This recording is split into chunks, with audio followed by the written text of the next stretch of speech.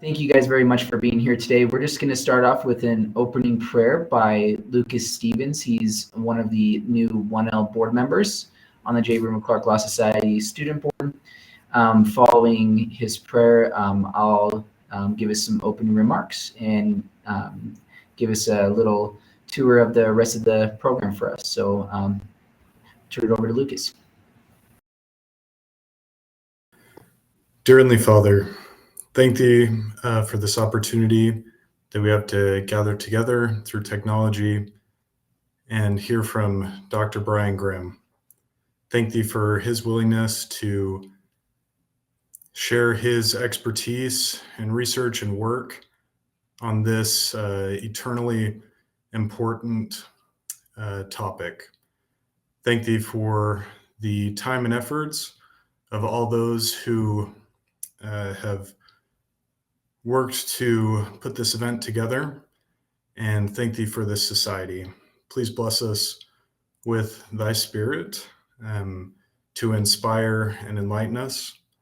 We love Thee, Father, and we pray in the name of Jesus Christ. Amen. But again, thank you all very much for being here. So students of the J. Clark Law Society, the student board welcomes you to this historic event. And this is an historic event because it is the first international gathering of students via Zoom to ever occur. So normally what happens is the J. Clark Law Society will have two events during the year, one being a leadership conference in the fall, and then they have the annual conference in the spring. And it's always hard to get students there. So this is historic because we're aiming to make opportunities available for students around the globe to meet together and to hear from a speaker and to learn together. Attending also in this meeting are not only students of the J. Clark Law Society, but attorneys and other professionals and other different type of careers who share the same values as you as students. So we thank you all for attending and for being a part of, again, this historic event that we are part of. So students, not everyone is going to be an attorney, but we all share similar beliefs. And the similar beliefs that we share are service, desire for religious freedom in not only our personal lives, but also in society. And as what our speaker will help us understand today, in business and in our work life. And we also all care for those who have struggled in life and do not have maybe necessarily the same privileges or opportunities that we have. So together as students, lawyers, and other professionals, we can work together to fulfill the mission of the J. Clark Law Society. So our mission as students is to affirm the strength brought to the law by a lawyer's personal religious convictions. We strive through public service and professional excellence to promote fairness and virtue founded upon the rule of law. Our vision is also very similar to this and helps us enact our mission. So our mission is, one, as lawyers and law students of faith, we accomplish the Law Society's mission by doing the following. First, we defend religious freedom and moral values. Second, we serve the vulnerable in our communities through pro bono legal service and humanitarian service. And third, we uphold the rule of law and principles of constitutionalism. In pursuing these and other worthy efforts aligned with our mission, we seek social connection among our members and collaboration with other organizations and good people of faith. So as we listen to our speaker today, we will learn more about how we can live and implement this vision into our lives as future attorneys who will work together with other organizations and people of good faith, or good people of faith. But before we hear from our amazing speaker, Brian Grimm, we do have some other matters of business to fulfill. This will be conducted by Forrest Hansen and Angel Zimmerman, who will introduce themselves after I'm finished. Following their remarks, Jenna Crowther, our soon-to-be chair of the student board, will introduce our keynote speaker. After our keynote speaker addresses us, we will have the opportunity to ask him questions. And following this, Jenna will lead a Q&A about the J. Clark Law Society for the students, for attorneys, and other people who are attending this historic events. And then after that, we will have some closing remarks if they are needed, and a prayer given by Mason, a 1L at Ohio Northern. So again, thank you very much, and I will turn the time over to Forrest and Angel. Thank you, Warren. I'll just briefly say just thanks for all your service and hard work this past year. I also recognize that Shannon Howard's on the call, and she was the chair before you. So thanks to Shannon as well. And we're just thrilled with the student organization. And just for those who don't know me, I'm the executive director of the Law Society, and just grateful to serve. And I'll turn the rest over to Angel Zimmerman, who's our chair-elect for the board, the International Board of the Law Society. So take it away, Angel. Awesome. So glad to be with you guys on this historic event. We are so excited. Thank you, Warren, for all your planning, and the team for doing this and getting this started for us. We definitely see this being a monumental event as we move forward. So we are really pleased to really see the students regaining the chapters. So we are up to 37 chapters. I think we've got 197 law schools in the United States. And I was doing some research this morning, and it looks like we've got all kinds of law schools in Canada and Germany and France and UK and New Zealand, Australia, South Africa, and Brazil. And then also we have student chapters that will be starting that are more on not an actual law school, but even an undergrad type of scenario. So we look forward to seeing that balloon out. We really hope, and Shannon is a good testament of this, is that we really want you to transition from being a student to being in our attorney chapters. That is for all JDs. It doesn't matter if you are practicing, non-practicing, decide to go into something else. Once you have that JD decree, your brain has been physically changed and you are a part of us. Please be a part of us forever. We do want to mention that we've got the month of service coming up in May. So please take pictures, do things with your chapter, your student chapter, your attorney chapters, and get that reported up. That'd be great to send pictures to Warren and Jenna and the board. We'd like to also always a plug. Please sign up on the website, the JRCLS.org. Update your profile, get your picture on your page. So please do that. Please sign the student page. Please sign, if you're a Women in Law, you can sign up for the Women in Law page, your local student chapter, and you can also join a chapter, the attorney chapter in your area right now. Or if you know where you're going to practice or land, you can pre-join the chapter there. So lots of different ways to get involved in JRCLS. So I would like to then transfer us over to thank you on our outgoing board. So we'd like to say thank you, obviously, to Warren. We'll put something in the mail to you. So thank you for all your service. And then our outgoing board, Madison Brown, who is a 3L at American University School of Law, Rigel Belazar, and she is in the Philippines. It's been exciting to do so many Zoom calls with her. And then we have also Jace Horath, and he is University of Virginia School of Law. And then obviously Jenna, who's been on the board as well. We are going to transition into our new board, and our incoming chair, who I will get to serve with as I become chair in October, is Jenna Crowther. And her board is going to be Taylor Croft, who is 2L at BYU Law, Mason Cook, a 1L at Ohio Northern, Lucas Stevens, 1L at Gonzaga, and Victor Juku, who is our Nigerian student representative.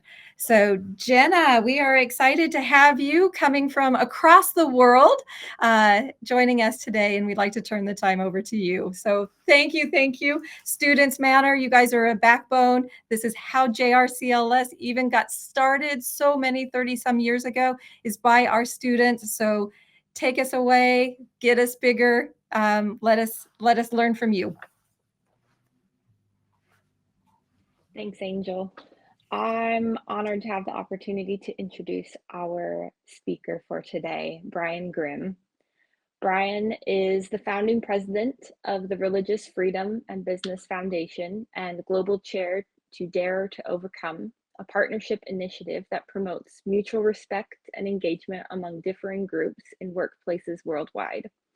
He is the world's leading expert on the relationship between economic sustainability and freedom of religion or belief for all, including those without a religious faith. Brian holds a doctorate in quantitative sociology from Penn State and is the author of scores of academic articles and books. He is an advisor for the World Economic Forum's ongoing Faith in Action initiative and the former chair of the World Economic Forum's Global Council on the Role of Faith. Brian was previously a senior researcher and director of international data at the Pew Research Center in Washington, D.C. He lived and worked in China, Central Asia, Europe, the Middle East, and the former USSR, where he was instrumental in setting up the first Western-style business school in the Soviet Union.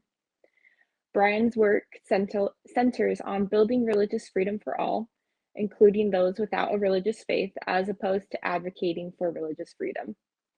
Brian's recently widely reported research finds that religion contributes $1.2 trillion to the US economy annually, more than the combined revenues of the top 10 technology US companies, including Apple, Amazon, and Google. Brian is a global expert on international religious demography and the socio-economic impact of restrictions on religious freedom. He's on the advisory board of Notre Dame University Law School's Religious Liberty Initiative and the advisory board for Brandeis University's Chaplaincy Innovation Lab. He and his wife, Julia Beth, are co-authors of Grimm's new fairy tales of love overcoming evil, parents of 4 and grandparents of 16. Brian, take it away. Thank you. That introduction made me tired. That sounds like too much stuff, but thank you for the very kind introduction. And just one correction, it's now 17 grandkids, and number 18 is due in the summer. So I don't know if there'll be more, but so as a Catholic, I can say I'm at least can hold my head a little bit above water when I am working with Latter-day Saints. So wonderful to be with you all. And congratulations on the work you're doing and the careers that you're embarking on. And I'll just pick up on that one, the Notre Dame University Law School affiliation. So I'm on their Religious Liberty Advisory Board. And at our last meeting, I asked the dean, how many of your students go into corporate practice as opposed to maybe, other ways of practicing law? And he said it's like 90%.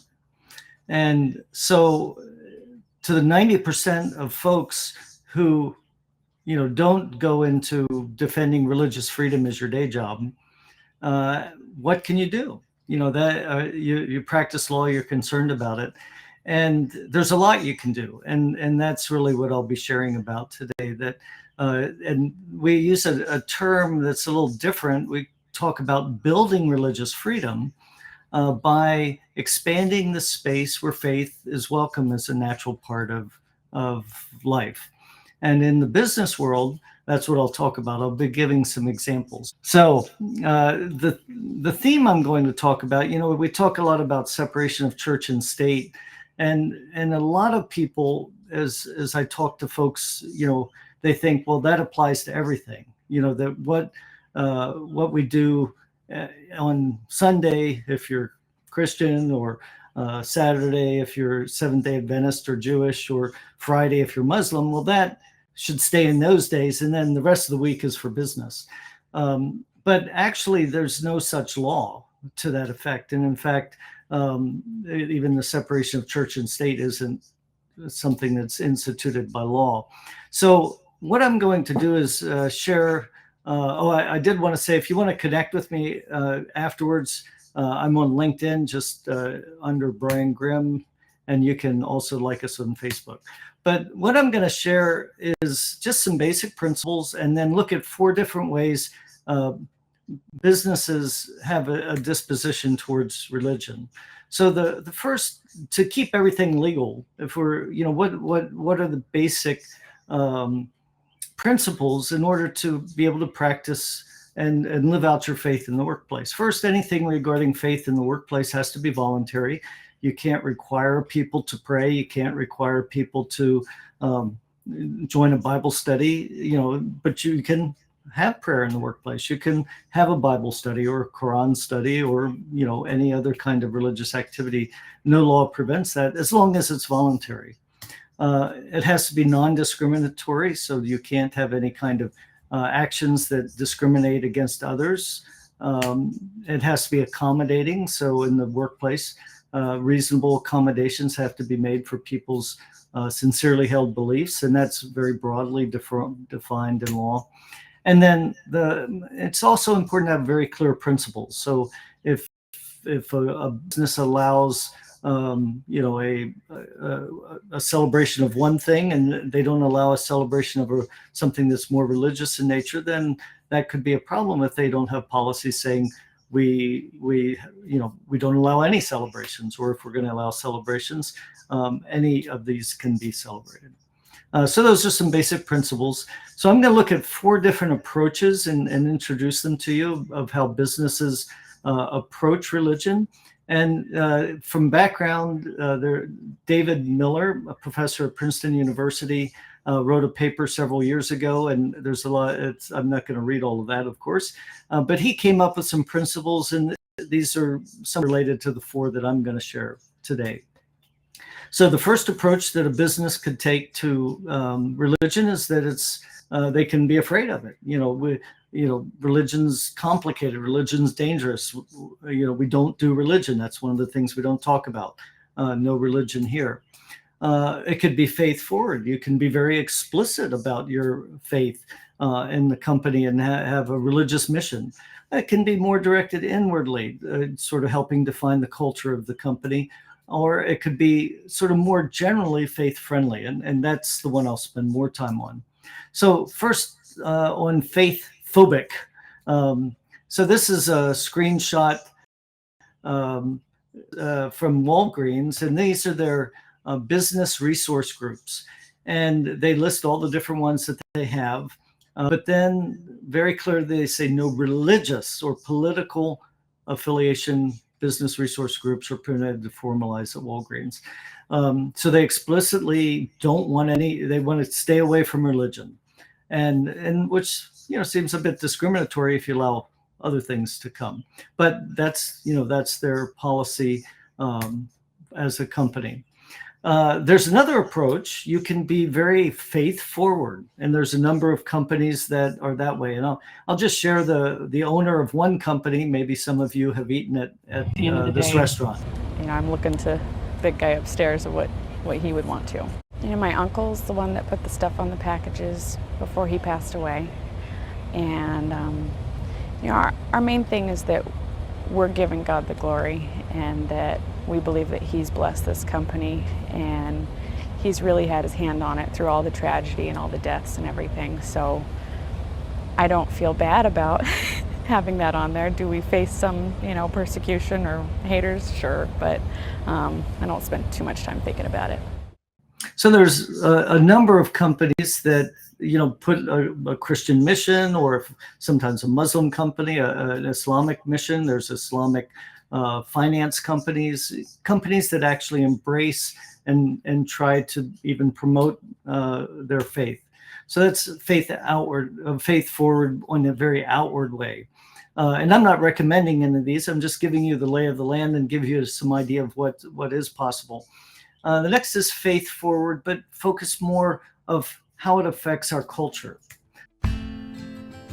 Hi, I'm Frank Harrison, Chairman and CEO at Coca-Cola Consolidated, and I just want to welcome you to our company. We've got a powerful culture here at Coke Consolidated that we want to tell you about. It's really a purpose-driven culture based on our purpose. And our purpose for us is why we're here on earth. Why in the world is Coke Consolidated here?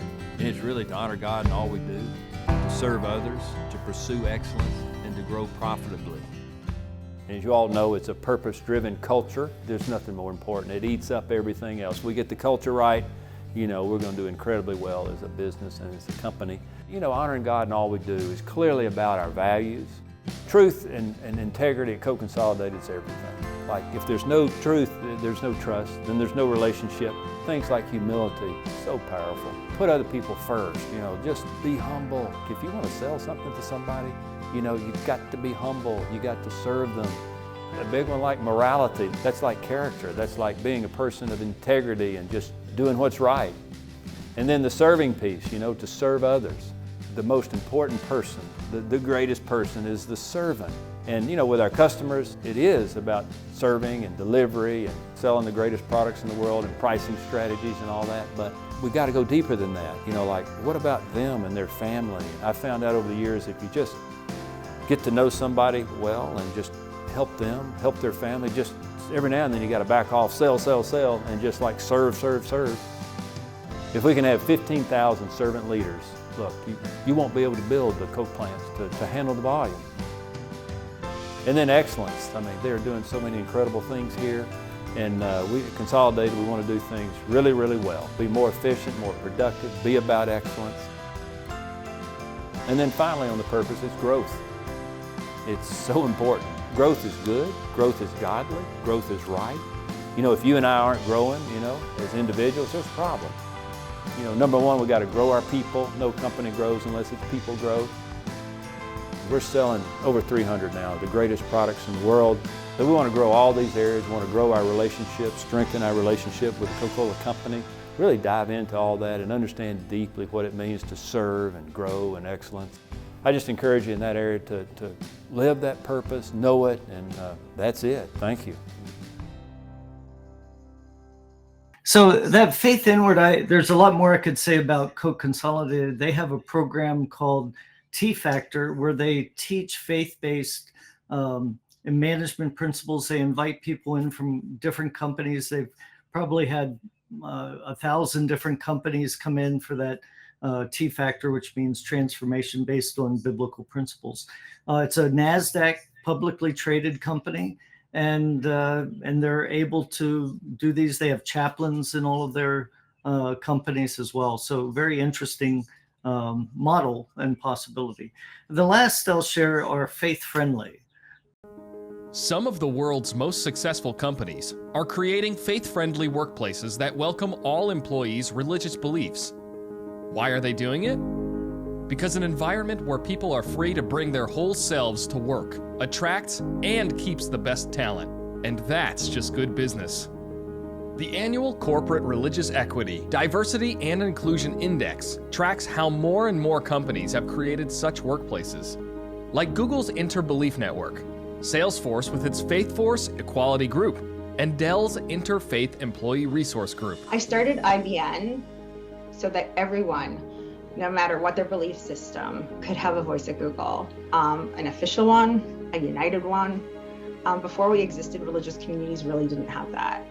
Things I think that Googlers took for granted, we didn't have access to. We couldn't celebrate events that had meaning to us. The recent national survey, What American Workers Really Think About Religion, found that 36% of American workers, or 50 million people, have experienced or witnessed religious discrimination in the workplace. That is not only an attack on human dignity and a violation of foundational rights, it also represents a tremendous loss in productivity and motivation in the workplace.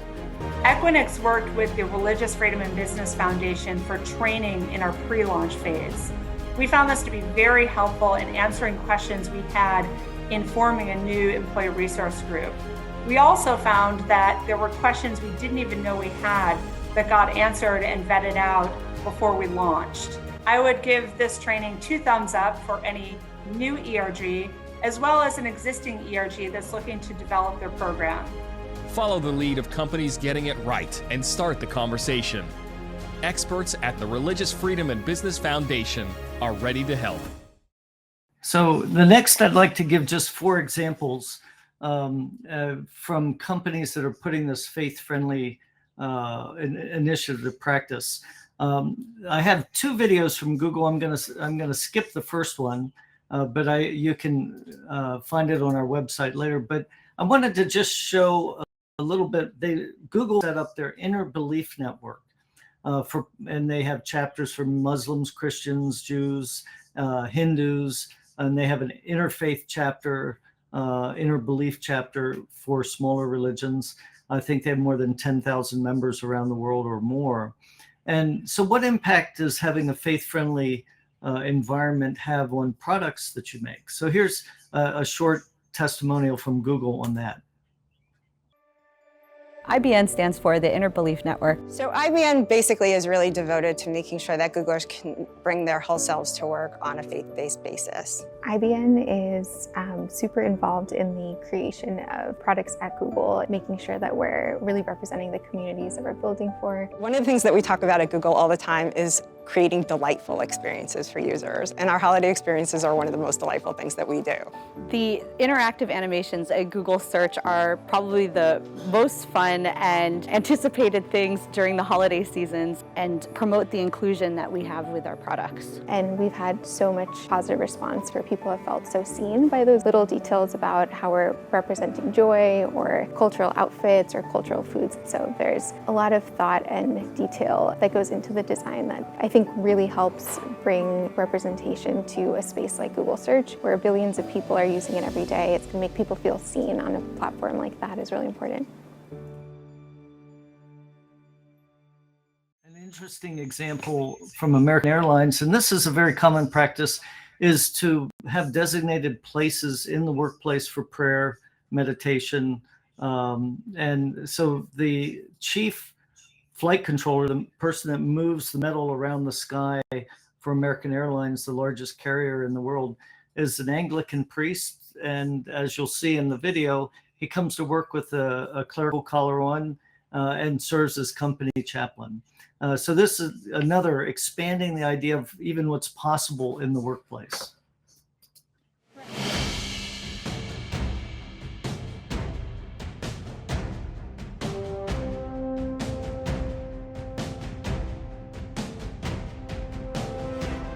Hi, I'm Father Greg McBrayer. I'm Chief Flight Dispatcher and also a chaplain here at American Airlines and serve as the global lead for the Christian Employee Business Resource. This is the place where I begin my day every day and have for the past 40 years. This is the nerve center of American Airlines flight operations. And we're glad to have you with us today as we give you a short tour of how my day begins here at American Airlines. I was very blessed in my career to be part of the design team that put these prayer rooms and ablution stations here at American Airlines. And it's by no coincidence, I think, that this space here for us doubles as both a tornado shelter and our prayer room, because the truth of the matter is this is the place we come to find refuge from both the storms outside and inside our lives as people of faith. Hey man, I just saw you in the prayer room, man. How you doing, buddy? Good praying, man. Yeah, I did. I want to close by giving thanks to American Airlines for allowing us to bring our whole selves to work, and also give thanks to the Religious Freedom and Business Foundation for their partnership with us and for providing this conference, which gives us the opportunity and the platform to all come together and share best practices for caring for others on life's journey as we all work together to strive to overcome. May God bless and keep you always.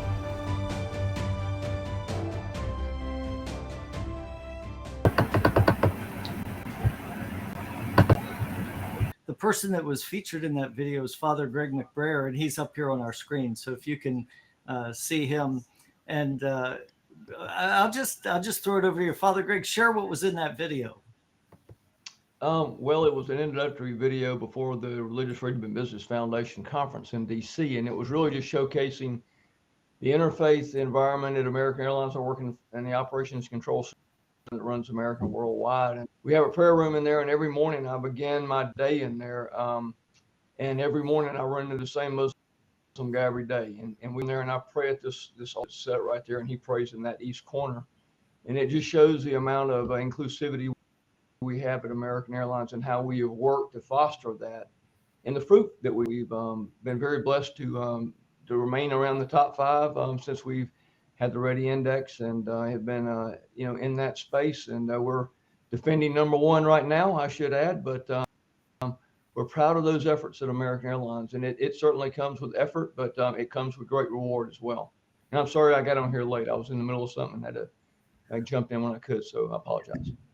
you had to keep the planes flying. That's right. And there's some weather down here that's made that challenging around us today. Well, the last two examples I was going to give, and then we'll throw it open for questions, was from the Intel Corporation.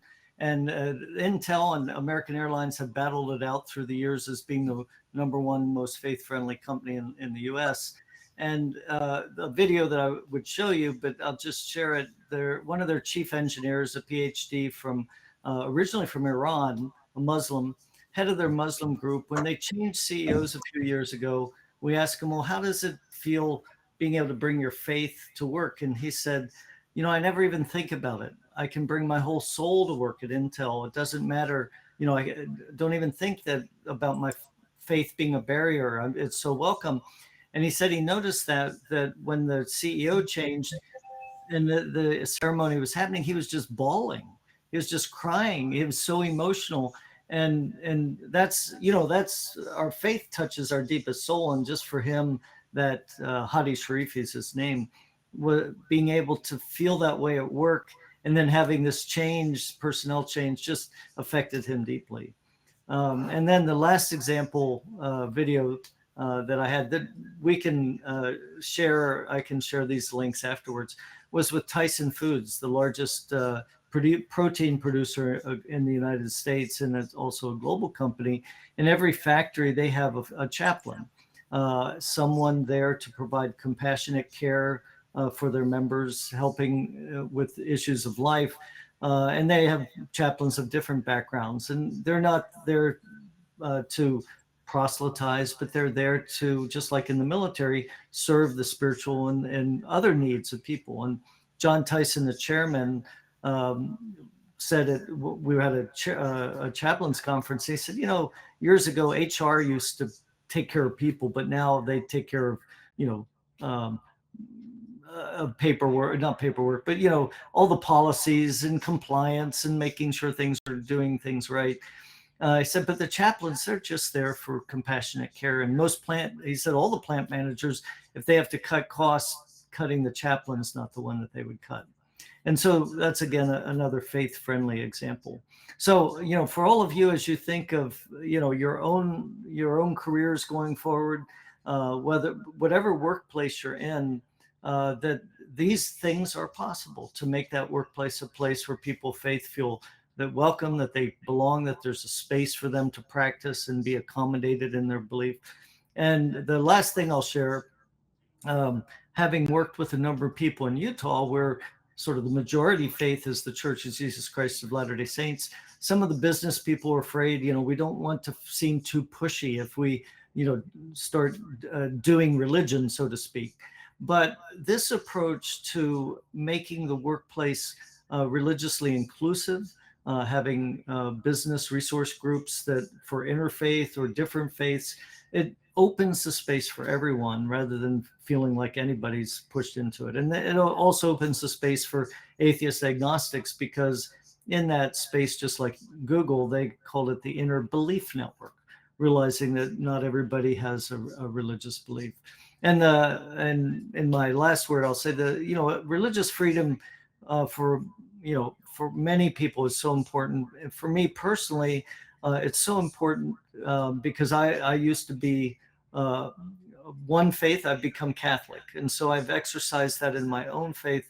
And, in a world where sometimes one religion it rubs people the wrong way, we need that freedom to really find God. And if we're all trapped into not having a choice, not having the ability to hear and explore, that limits our own spiritual potential and as well. So it's personal, but it's also good for business. So thank you. Thank you, Brian, very much for that.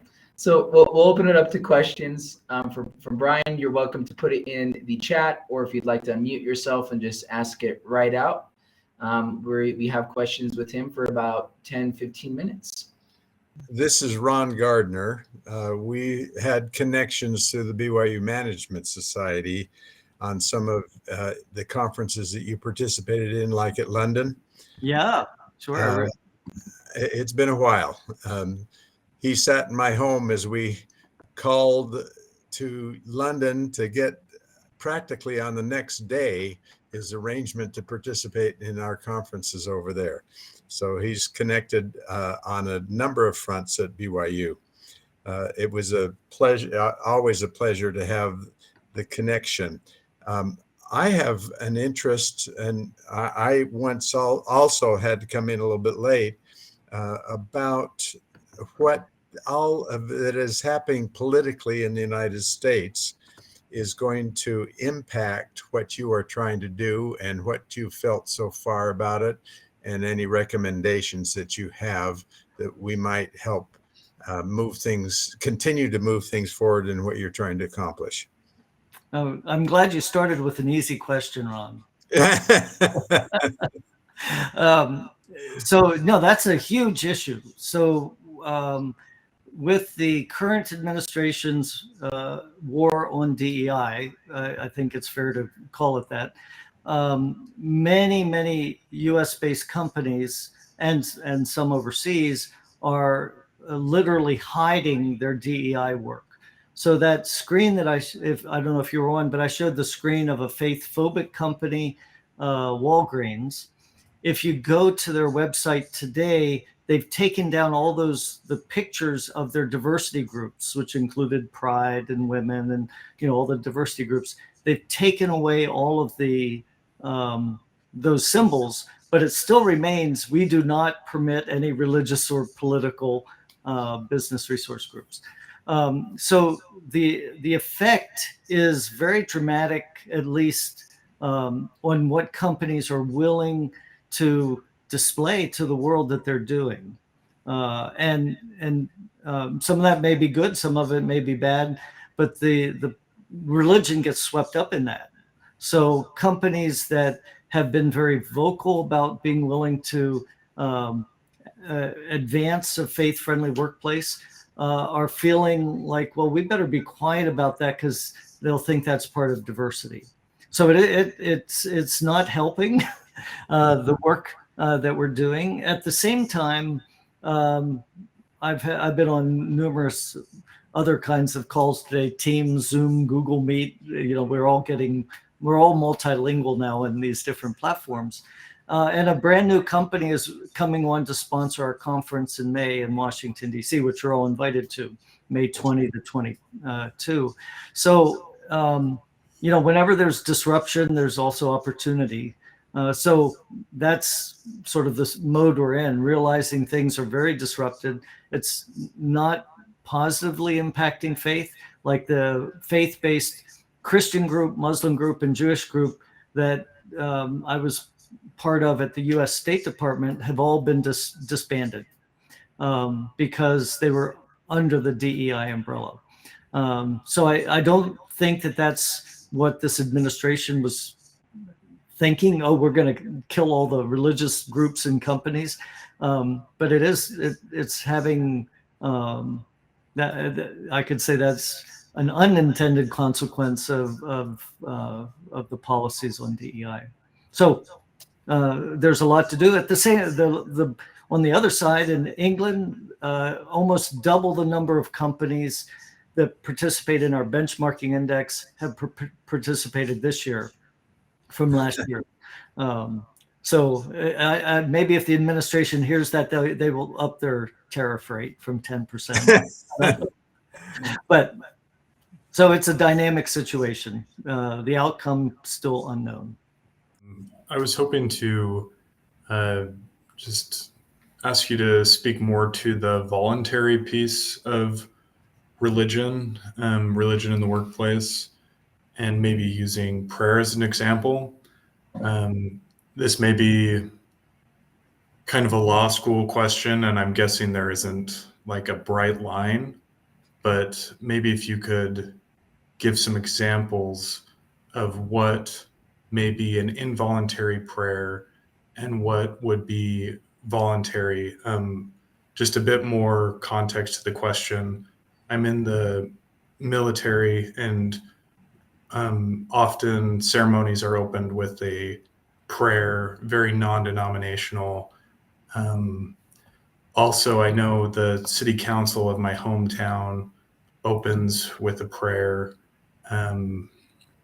these are government examples, but could you just speak more to that line of voluntary versus involuntary? Yeah, so in the military, things aren't as voluntary as they, it's harder to make things voluntary. After you volunteer, then things aren't voluntary in the military too much.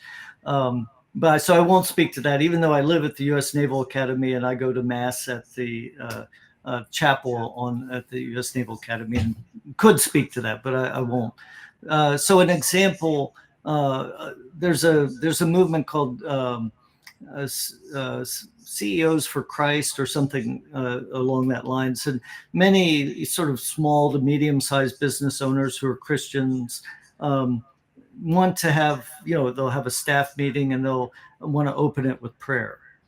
So the question is, if that's a mandatory staff meeting and they open it with prayer, what if somebody objects? So the answer to that is, well, you need to let them object and come in 5 minutes late after the prayer.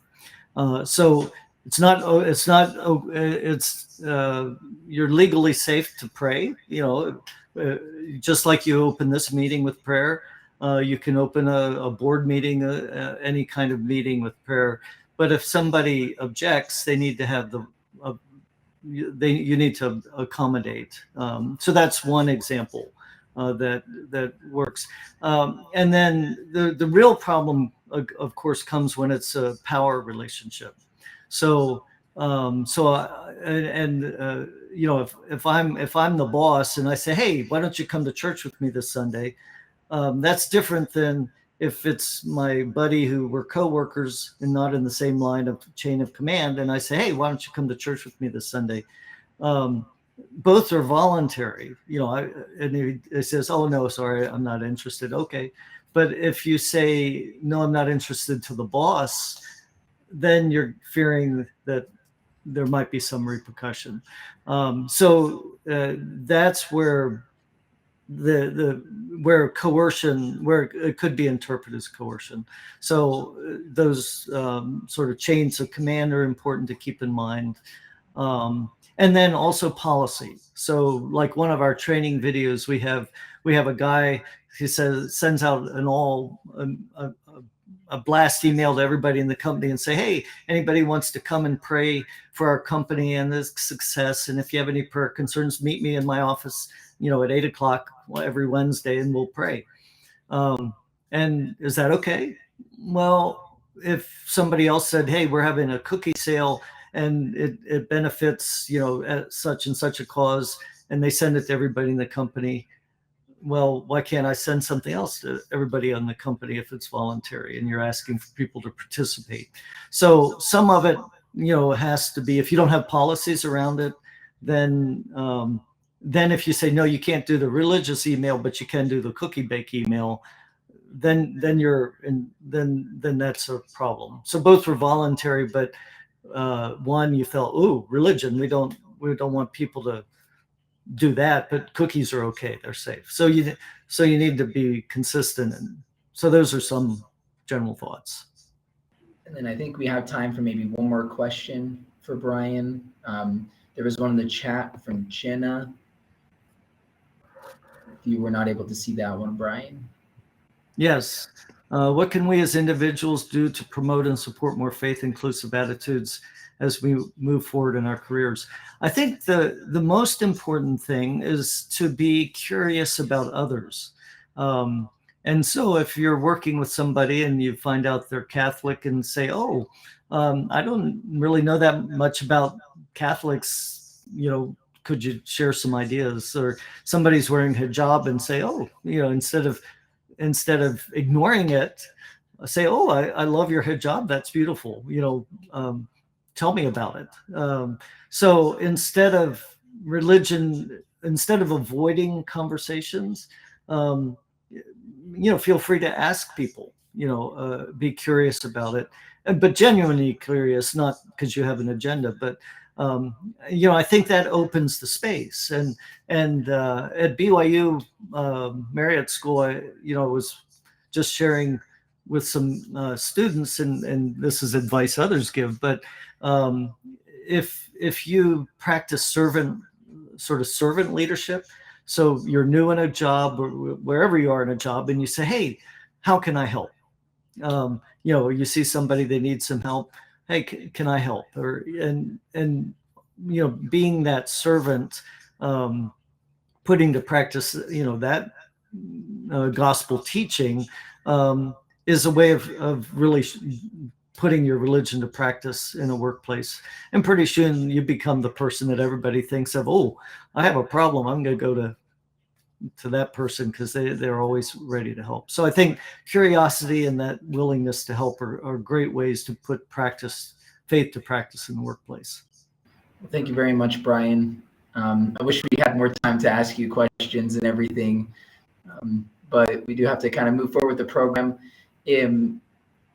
You're very easy to get a hold of, though. You said to contact you on LinkedIn, befriend you. So if you guys do have further questions for Brian, you can shoot them his way at another time.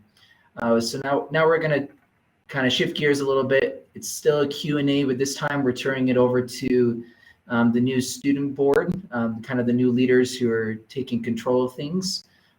Jenna Crowther being the new student board chair.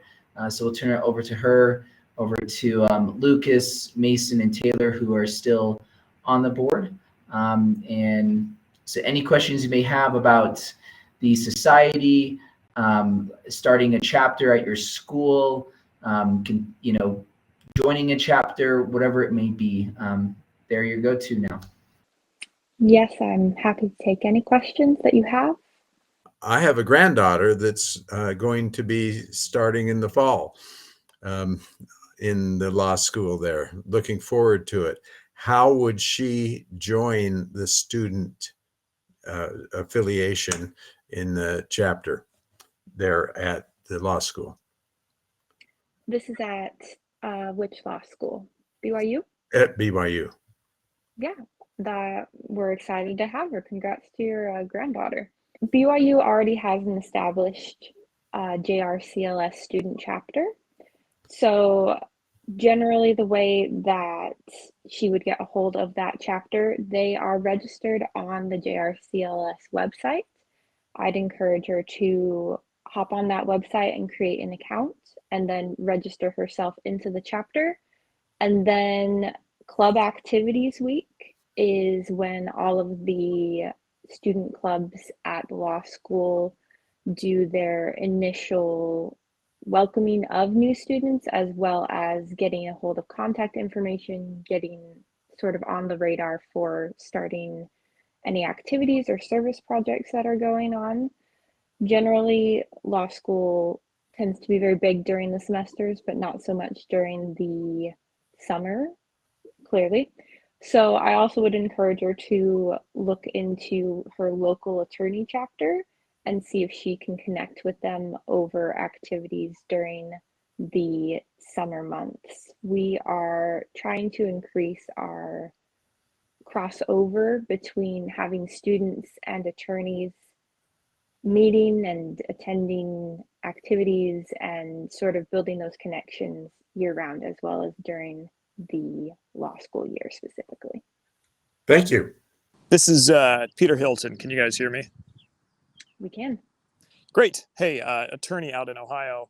At the top of the call, there was mention of maybe expanding the Law Society into the undergraduate level. Can you give us a brief half a minute on that? Yes, of course. So one of the issues that we are trying to, one of the problems we're trying to solve is connecting with and continuing on student organizations beyond the initial force that starts them. So we are trying out a new initiative currently just at BYU and BYU Idaho of connecting with their pre-law societies to put the idea of the JRCLS student chapters in their minds wherever they go. Some of our own board members have been inspired before they even got to law school to look into the JRCLS and combining religious freedom with their career-related goals. So we want to instill in students before they even get into their majors the idea that they can go and start these chapters wherever they are. So it's still in early stages. We aren't quite sure what it's going to look like or what the impact will be, but that is our hope going forward, is that if we can create an individualized desire to connect with and promote the values of the society, then we can start student chapters wherever people end up, as along with at the specific schools where we already have chapters.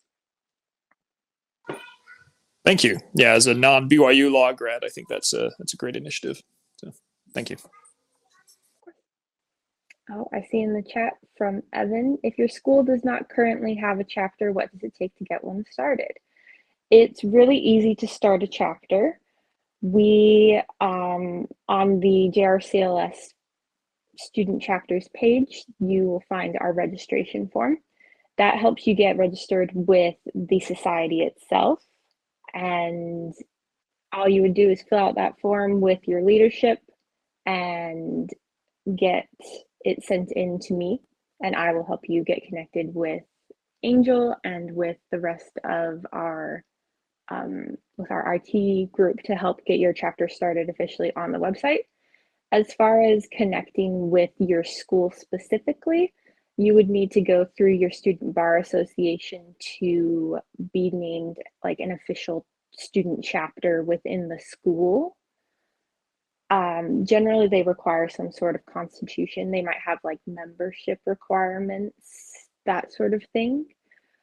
But that would help you with securing any sort of funding or with marketing within the law school specifically for your chapter. But just getting started with the society itself is fairly simple. Okay, if you have any other questions or need help with anything going forward, I'm super excited to be taking over to be a resource for you guys. We have some really hopeful, great initiatives going forward and excited to do this again next year. So thank you all so much. And congratulations on the first global event. Well done. Thank you, Brian. Thank you, Jenna. Thank you again, everyone, for being here. Jenna's going to be great.